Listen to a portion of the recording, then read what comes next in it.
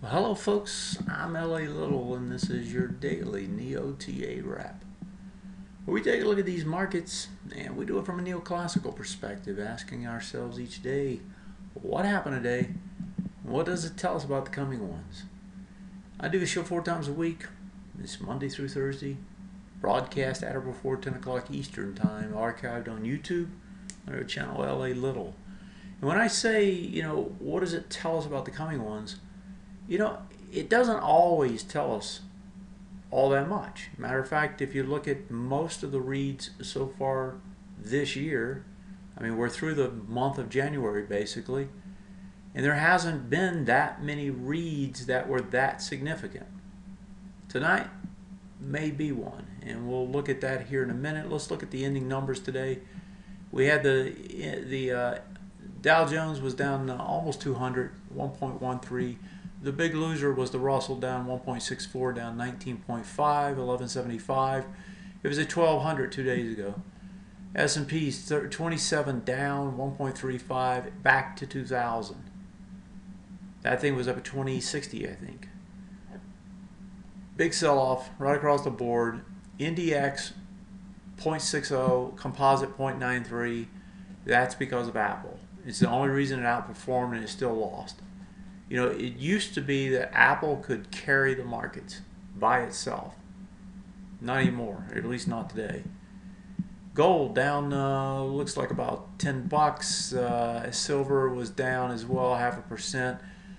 And energy crushed one more time. We got a viewer question on energy, so we'll talk about it when we get there. Dollar was basically flat. Basically up again, 0.5%. The dollar will not stop. Let's turn to the equities, look at how they have set up here and what they're trying to tell us. When I was saying earlier that they don't always tell us something, but sometimes they do, well, tonight I think they're actually trying to tell us something. So the first thing I'm going to point out, you'll probably see it elsewhere, is that these are basically like big thrust down, big wide price bars. They've been that way for a while now. Just take today's range, 2042, 2002. That's a 40-point range. Usually 20 points is about as much as you're going to see, 15, 20 points. How many of these do we have? Go back and look at some of these bars. Those look like little small crawl bars, right? And then you get some big ones, and then you get some big ones the other way, some big ones down, big ones up, big. It's been this way all month. Volatility is rather extreme, and you can see that in the elevated VIX, which is a measure of that volatility, right? This thing has all month long, since early December, this thing has worked its way higher and is basically hung up there.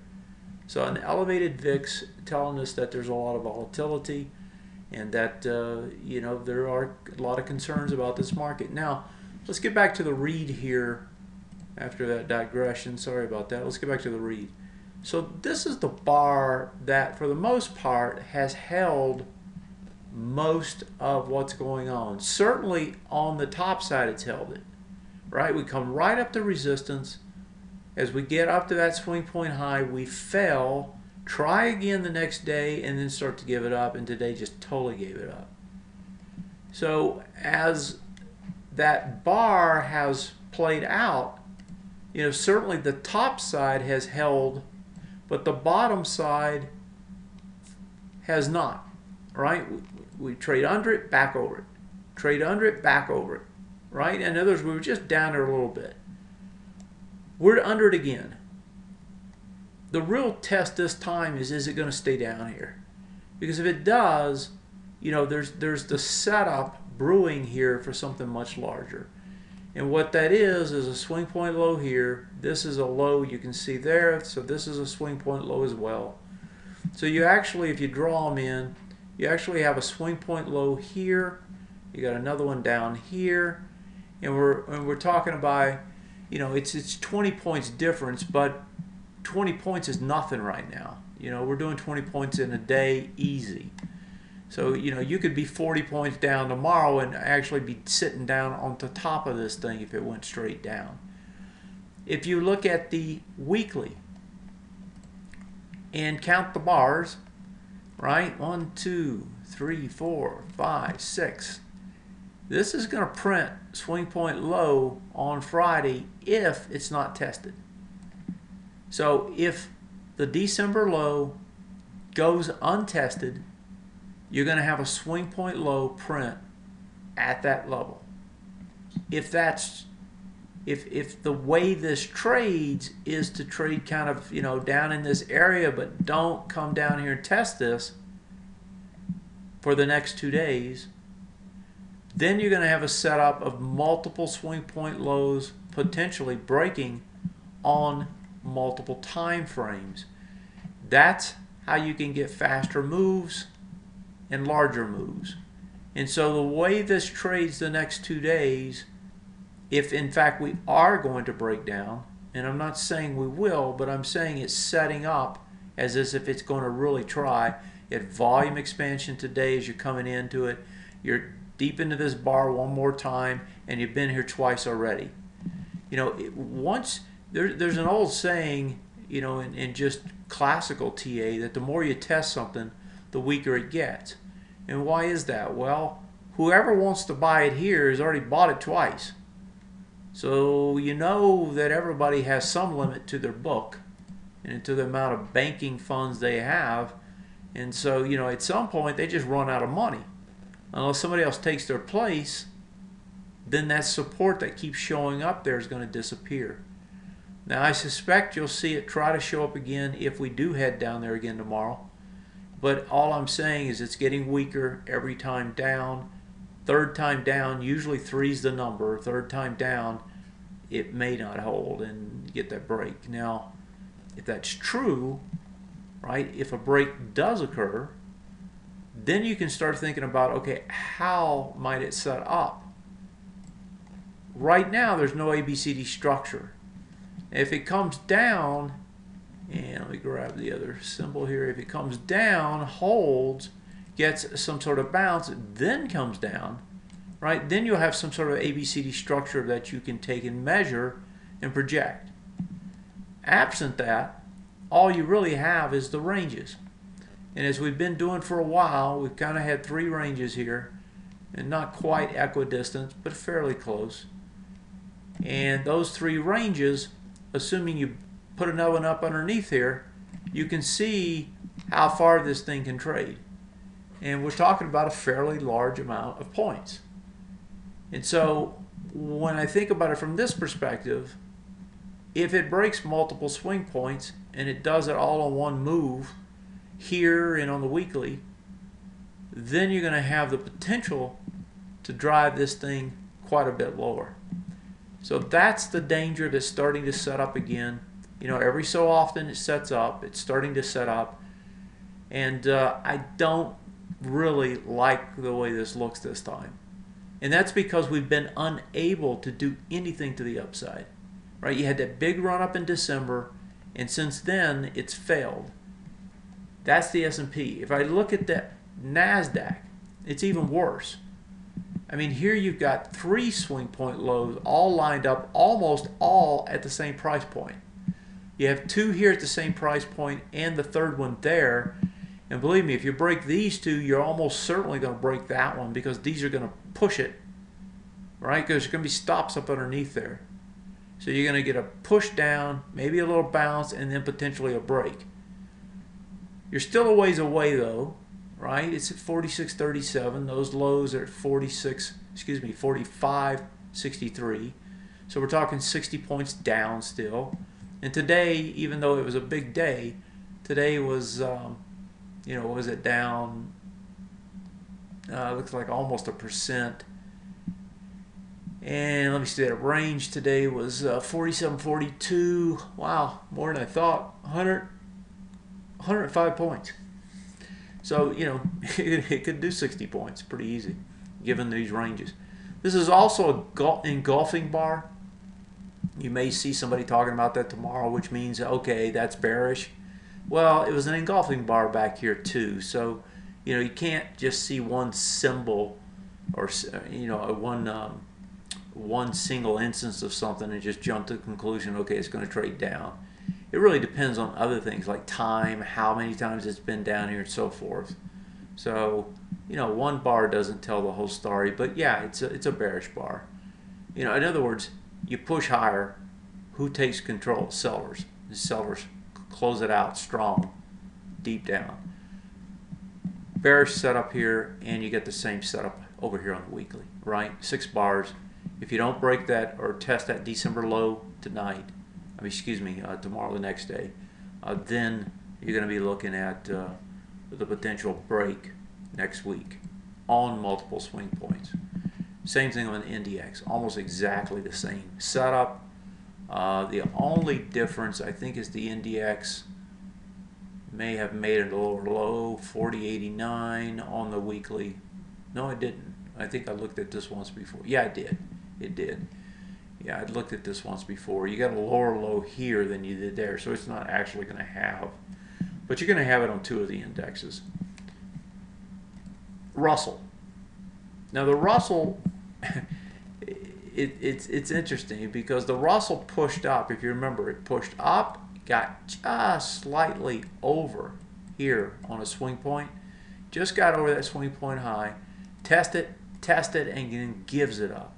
And today it was giving it up all day. It got up there, tested one more time, and then the sellers hit it. Folks, the way these things work is if you can't, yeah, it did barely get over it, but if you can't extend, right, then you're putting yourself at danger of coming back, and you don't have that many bars to get up and over. Once you make your move, you can hang for a few bars, but if you don't get up and go, then you're gonna, your risk of roll is pretty high.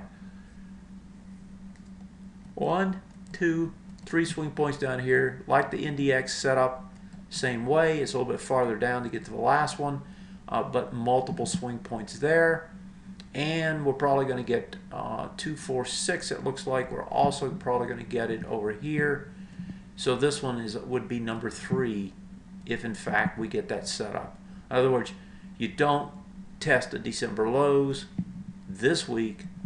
You get a setup to where you can break multiples next week. And if you think about next week, you've got all your economic news starting to hit again. It's the first of the month. Your catalysts have more or less disappeared. If you think about your catalyst, what's out there? Well, it's not earnings. Earnings are being sold. It's not the Fed. That's already happened. It's not the only thing out there is QE in Europe, and they've already made their extensions and want to pull back. So we could definitely break down why they're trying to pull back. And speaking of the Fed, of course, today the Fed came out and told us what they were doing, and they basically said they're not going to do anything, and that they are going to leave things as they are, and it's all data dependent. The only thing that looked different to me was there was some text around an international indicator that they're starting to look at, as well as the domestic ones. But there was no meat on the bone, folks. They threw the bone out there, and it was just nothing on it. And the market tried to move higher right off the bat and gave it up right away, and then all hell broke loose. And that was a function of the Fed not talking dovishly and taking those rates and moving them out. And why was that important? Well, it's because of the dollar. If you pop over and you look at the dollar, this dollar is still at the highs, right? Got a little pullback, but now it's coming right back up to test again. No relief in the dollar. What do we keep hearing on all the earnings reports? Dollar strength is killing them.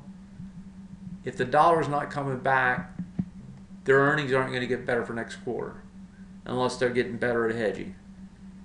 And that's been the case here. And if you go look at these other currencies, it looked to me like they were going to try to make a bottom, get a push, somewhere down in this range. They may just hang here before the dollar takes another move, right? Because this euro is going lower. It's just a question of, how fast it goes. And if I look at the yen, because you got QE running full blast in both of these. It's just a question of how fast do they go, right? Yen's been holding, Euro's been dying. If you go elsewhere, you've got currencies going, down, down, down, no matter where you look. Dollar is not going to give up a lot of ground, and if it's not going to give up a lot of ground, that's not going to help corporations increase their sales overseas and not repatriate, but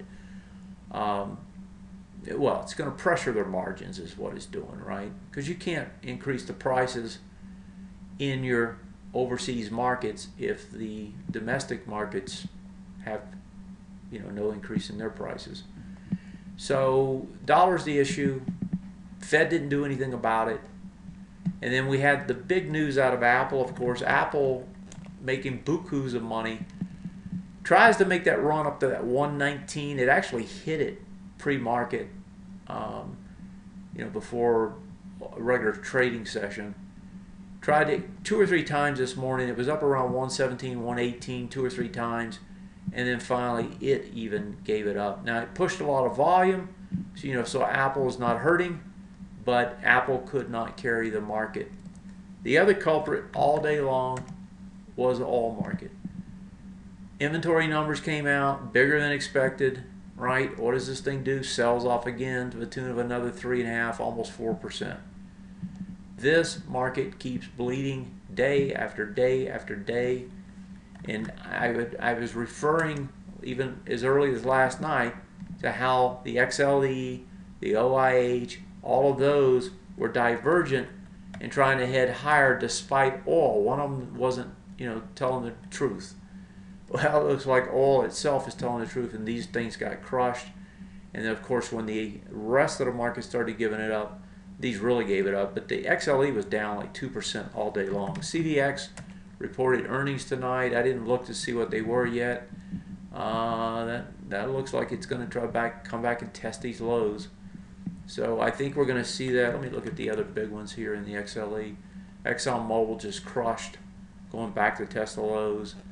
ConocoPhillips, let's see what that one looks like. Also, let's look at a couple of drillers. Oops, SLB, Schlumberger. And not too bad, but got hit. And how about Halliburton? They've been off worse, and they got hit as well. So, pretty big declines right across the board, all through the oil sector, and that really put a tough spin on this market all day long, actually. If I look at the sectors, and I'm taking a little bit more time tonight because there's telltale signs here that we're going to try to go lower. And it's an escalation both in terms of price, width of the bars, right? Big sell-offs, big wide price spread bars. In this case, you didn't have the escalation on volume, but in a lot of these cases you did. Here's the ITB, right? Housing really gets crushed, volume expands. You get a big move down in transports. With energy as cheap as it is, why isn't transports behaving well? We noticed this way back here, we were talking about it. They should be screaming, right? Stocks, not too much volume there. XLE, we just looked at volume expanding on it. XLB volume was not too bad, big bar down. XLF volume expanded. That one's coming right back to test the lows again. XLI had volume expansion. Down the board, XLK, I believe, had good volume expansion. Apple, a big piece of that. But all across the board here, you had big widespread bars on the way down, and you had big expansion in terms of the volumes in some of these cases. So when I look at all of these markets on the sectors, right, it's not encouraging. It's not encouraging. The most encouraging thing I can see is the QE effect overseas. Although those markets, most of those markets overseas are stretched and want to come back in, and we're giving them a good excuse to do that, they, for the most part, they're pretty bullish because they're devaluing their currencies. And so to some extent that may help, and it's a question of timing. right? I'm going to go back to the S&P 500 one more time. If you consider how this can play out, and I've already outlined the one scenario. The other scenario is that it just comes straight down right here and just gets it over with, right? Just breaks these 3 swing points, don't even let them print on the other time frames. The overseas markets, unless we just crash, which I don't think you'll probably crash yet, but you know, I just don't expect that off this setup. Yeah, you can get a good decline, but no crash. That decline, unless it's really deep, you know, you're not going to break intermediate term swing points. You know, unless this prints, intermediate term swing points are October lows. That's a long way down. And so that's not going to be the setup. The setup is going to be as you come down. If you come straight down, you come down, you get some sort of a bounce after you extend, and then potentially you set up an ABCD structure down. This one actually is starting to set up, if it breaks lower, is starting to set up one already on the weekly. But if you extend that, you see it doesn't get you that deep, right? You don't get that far down. You know, yeah, you can get 40 points, 50 points more, but you know, it's going to take multiples of these to get you down to this level. And so the first leg down usually is not the one that kills you, it's the bounce, right? The failed bounce. And so, you know, if you're sitting there holding a lot of stock and you're worried, you know, you either have to preemptively protect yourself here on the assumption that it's going to break, or you let it break and then you watch that first bounce and you watch the retest regenerate off that first bounce to see what it looks like. And this retest regenerate bar, assuming it breaks, is going to be a very wide price spread bar. You could come all the way back to say 2015 or so and still be a failed bounce. So that move down, if it breaks, is going to be a huge move to come back up. And in that case, it gets harder if you come straight up like we tend to do. It's going to be harder to break back above it. That bounce is the one you're really going to have to watch. And so to me, that's the way this looks. If I just think about the way the volume expanded today, it was a complete failure today. It was a total reversal. You know, there's no way to spin it. There was nothing good about it, the way it worked. So the key bar breaks. As a synopsis here, it looks to me that we're going to come in and try to test these lows either tomorrow or Friday. There's no catalyst out here. If you say what's wrong with the equities, you know, there's like 3 big problems. All these earnings, they're being sold over and over. Qualcomm tonight, Microsoft the night before.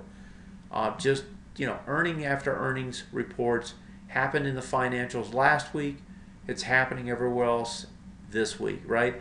Even Intel didn't report a terrible quarter, and they're getting hammered. So, and this has been a strong stock. So when you look at it from, you know, the perspective of earnings, it's terrible, right? They're not buying these earnings at all. Dollar strength isn't going away. Bond strength isn't going away. We didn't even look at the bonds. Check out the bonds. New highs. Volume expands. These things are like going to the moon right now. They're almost through with their ABCD. From back here, now they're trying to set up another one. You know, another extension from this A to the B here, actually to the B there, down and all the way back up here somewhere. And then technically you got those multiple swing point lows starting to line up. And those range trades, if I look one more time here at the NDX, I'll take the composite. That range from top to bottom is 48.10, 45. That's 260 points. 260 points. That's a big range. And just the smaller ranges inside of it, there's about a halfway range here, is about 130. So if you break here, you can assume about 130. That would put this thing at about what? 4,400. And I'm gonna bring over the weekly real quick. 4,400. And it would take you down into there. That'd be a pretty good drop. Okay, enough of that. Viewer questions. Had a couple of them. Let's take a look at these guys and see what we got. We looked at one last night. It was McDonald's, and it came down almost to that price point we were talking about, although I don't think I would have bought it today. But after hours, maybe the viewer knew something, because after hours, they report the CEO stepping down. They drop, and they jump about 3.5% after hours. I don't know if it'll stick, but that was kind of curious. I saw right before it came on. Let's take a look at these viewer questions. Okay, so the first one has to do with a wireless, Boingo Wireless, W-I-F-I, Wi-Fi. And, okay, so this broke multiple swing points, and it looks like it almost finished an ABCD structure. That low was 720, and that's about $1, or 90 cents actually, and that's about 8.49, and we already did it. So your ABCD structure here has already completed on this time frame. So you go up, down, back up, right, done. So these swing points, got a nice push off of them, 2 to 3 bars, you got all of that. If I look at it on the weekly, you actually didn't print swing points. Never did, because of the way it was trading. It just range traded. So there is an ABCD structure here, though, that potentially could take this farther up, back to here and back up again, and that's got a pretty good projection. So weeklies look pretty good, the volumes look good. So on the retrace here, the 804 high looks pretty good, and if I look at the 804 high here, it's going to be into this bar and that bar, and that's the retest regens. So the trade on the way back is this retest regen. It's going to come back fast enough to where it can probably get to the back side of it, so I would try to trade into it down in that area, which is about looks like about 780 or so. And you got a risk up underneath here, which is 40 cents. So it's not a bad trade, because weeklies, if you're thinking about an intermediate term time frame, which the viewer is, you could get that kind of trade after the retest regen, and that doesn't look like a bad trade at all. Let's take the other one. The other one is energy, and the question is viewer says, I keep reading about all these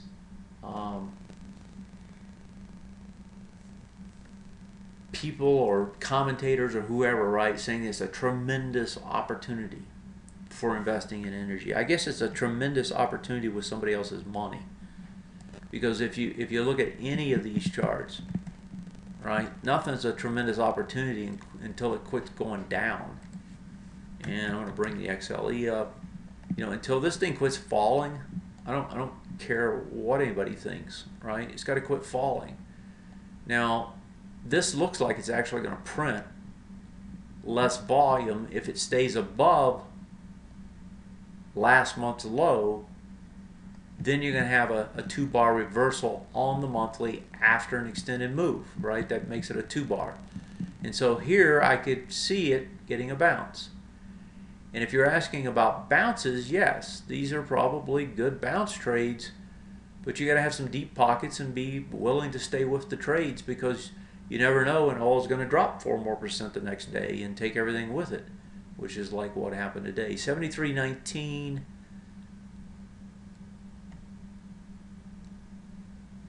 I'm sorry, I'm just trying to see. Yeah, so you have two spots. I'm starting with the monthly, because if you're not thinking monthly, you're fooling yourself, right? If you're not thinking longer term, you're really doing a disservice to your trading account. You got two ranges here, and you're right in the bottom range right now. I mean, you're right at the dividing line, right at the bottom of the top range. This is a decent little support area. It's got more volume coming into it, but you're so extended, if you get the 2-bar reversal, you can get the bounce. Where's the bounce take you? Potentially to a retest regen there. You can see that would be one heck of a bounce. All the way back to, on the XLE, all the way back to 83 to 88. But in my opinion, you always have to view this from a trade perspective. You know, when you get these kinds of declines, there's going to be a lot of folks trapped. They're going to want to get out. And so any kind of rise is going to find sellers. And if I look at this particular bar, you can see sellers are going to be sitting right there to start with. Because anybody that bought back here in October, right, they're still underwater and they're still waiting to get out probably. They're the ones that haven't given up. Anybody bought up here still holding on, they pretty much destroyed their accounts probably. So I would think you're going to get some serious resistance on the bounce, but yeah, I mean technically it can trade all the way back to 81, 82 up to 88. That's a long way when you're sitting at 74. That's you know, anywhere from 10 to 15%. So I think when you get a real bounce, you're going to get that kind of a move. So far, it hasn't been able to bounce at all. It's setting up here on the monthly potentially to do that. Let's look at the weekly. And I know the question was investment opportunity. That's why I went to the long term. But I don't think you have to. I don't think you can think investment yet. It looks to me like these can trade all the way back to the 60s. So I wouldn't get too excited about an opportunity on investing, well, holding long term, until you start seeing some, you know, sideways action, go up. You know, I've shown this many times. I think UNL is actually a good one. Let's pull up UNL right quick because it did it. And I'll show you what I mean. I'm going to put up a monthly on this. UNL comes down, right, just like oil is. Comes down, bounces up, right? And it tests. Look how many times it tested. That's over a year, right? That low was on April. And you tested it again here November. So it's a year and a half later. And now, another year later, you're breaking it. So you can see how even in, you know, this particular commodity, you got a heck of a bounce. I mean, you went from 15.67 up to 21. That's a $5 move. That's a 25% move in a month. I mean, in 4 months. But it still didn't turn this thing. This thing never turned, right? And that kind of action is dangerous to your pocketbook because this thing has been a low since, you know, I don't know when, right? So that, you know, my point is it takes a long time for these things to turn. So I wouldn't be in a hurry to be thinking about investments. If you want to think about it from a trade perspective, it's a little different. There you can actually think about trading. Let's go back to the XLE. So you got a low here. It's already been tested once. It's coming back to try to test it again. If it comes down here, the rest of the market, you know, does whatever it's going to do and starts to bounce, and this thing doesn't make new lows and hold them, then maybe, you know, it's getting this sort of stuff that you need, right? Because you've already got a hammer reversal on this bar. Let me grab the marker. This is a hammer reversal here. Underneath the lows, less volume, everything you want. You get a little bounce off of it. Now you're coming back. If it holds above the lows of the hammer, that's a good place to put your money back down, try again. Because you can put your stops up underneath, right? You don't have that much risk. The setup's good. If the volumes are right and it does what it should and the hammer holds, that's the way it's supposed to work. So, you know, that's where you can make trades, but those are trades. They're not investments. And so I just want to make sure I distinguish between those two. Okay? And that's just one of them. I mean, you can look at all of them, but this is probably the one I would be looking at, the XLE, because OIH is making new lows already. If I go to like the drillers and exploration production guys, they look kind of like the XLE, but they don't have as good a setup. So I would be looking in the integrated oils. I think that's where your safest bet is if you want to trade in the energy sector. Okay, I'm probably over time here. I'm going to cut it short or let it go. As always, I thank you for joining me. Tell a friend, tell two. I'm LA. This is and it was your daily NeoTA wrap. Have yourself a great night. Let's see what they do tomorrow. I think you're going to see some pressure again. Yeah, it just looks like pressure coming. We've been gyrating, folks, up and down, up and down. It won't do that forever. One side or the other is going to break it. Right now, on a shorter term basis, right, daily, the pressure's to the downside. Longer term, it's been holding, the weeklies. That's where we're at. If that shorter term starts to turn down, you've gone sideways enough to where the intermediate terms can turn as well, as we were just talking about. And that's the more dangerous situation, so be careful. Have a great one. Good night.